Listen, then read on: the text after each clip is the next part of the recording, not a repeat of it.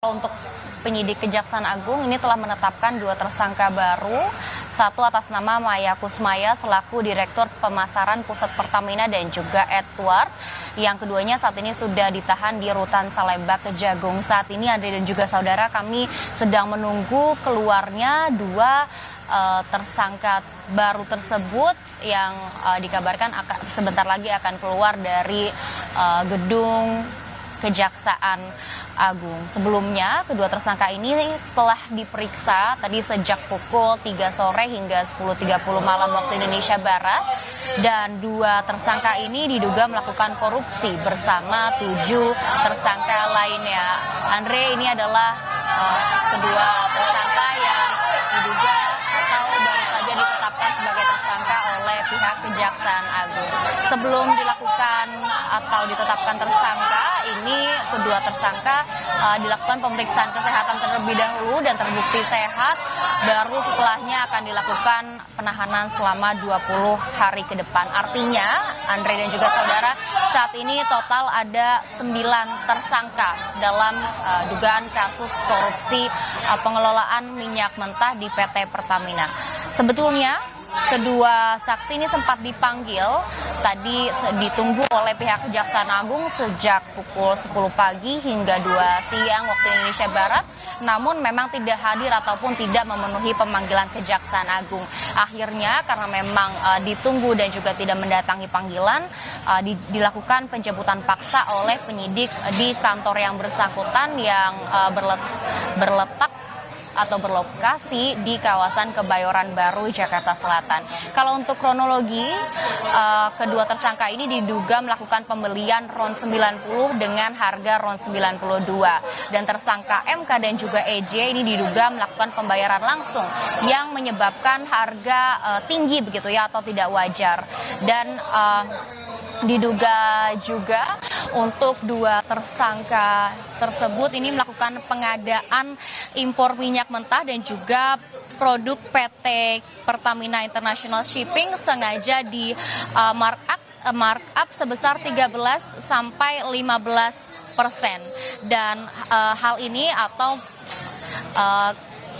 hal tersebut menguntungkan pihak broker yang adalah MKAR atau yang bisa dibilang merupakan anak atau putra dari pengusaha Riza Khalid, pemilik dari rumah yang dijadikan kantor atau tempat beroperasinya dugaan kasus korupsi ini. Kasus ini juga bertentangan dengan peraturan BUMN dan sebetulnya tadi pihak dari Pertamina sempat menyanggah di DPR terkait blanding dan juga hanya menyebutkan bahwa terkait kasus korupsi ini hanya dicampur oleh zat. Dan rumah pengusaha Riza Khalid ini juga sempat dilakukan penggeledahan pada siang tadi dan alasan utamanya adalah atau alasan penyebab digeledahannya adalah karena rumah pengusaha Riza Khalid ini diduga dijadikan kantor atau tempat beroperasinya tindak pidana korupsi. Kalau untuk total kerugian korupsi yang dilakukan oleh 9 tersangka yang sudah ditetapkan oleh Kejaksaan Agung ini senilai 193,7 triliun rupiah. Andre. Malaika, tadi di visual yang Anda tayangkan di layar Kompas TV ini, yang keluar adalah 2 tersangka laki-laki. Boleh di-mention siapa saja mereka? Kalau untuk siapa saja, kami tadi belum mendapatkan informasi lengkapnya siapa saja yang keluar. Namun memang kedua tersangka ini disebut adalah atau merupakan 2 dari 9 tersangka yang sudah ditetapkan oleh pihak Kejaksaan Agung. Tadi 2 tersangka yang keluar dari gedung Jaksa Agung Muda Bidang Militer, ini salah satu gedung di Kejaksaan Agung, ini keluar setelah dilakukan pemeriksaan selama beberapa jam untuk mendalami dugaan kasus korupsi terkait pengelolaan minyak mentah di PT Pertamina. Andre. Malaika, saya ingin bertanya secara singkat saja. Nama Maya Kusmaya dan juga Edward Korn ini dijadikan dan ditetapkan sebagai tersangka. Hal-hal apa saja yang menjadikan dia atau mereka berdua ini menjadi tersangka? Apa kata penyidik tadi?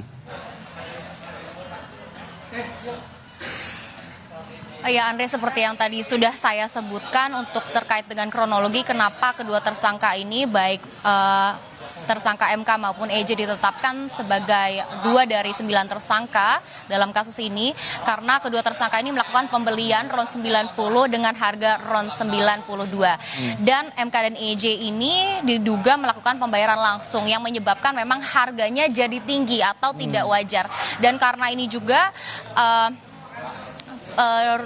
ada markup begitu ya sekitar 13-15% dan ini juga yang menyebabkan tersangka MKAR mendapatkan keuntungan dan merugikan negara sekitar 193,7 triliun. Andre.